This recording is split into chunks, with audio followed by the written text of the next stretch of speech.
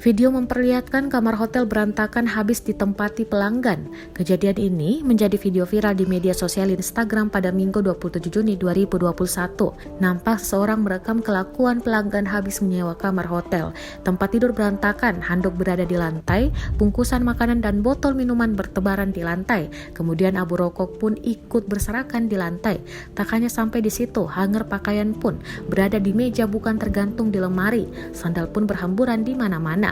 Warganet yang melihat video ini memberikan komentar nyinyir ke penyewa kamar.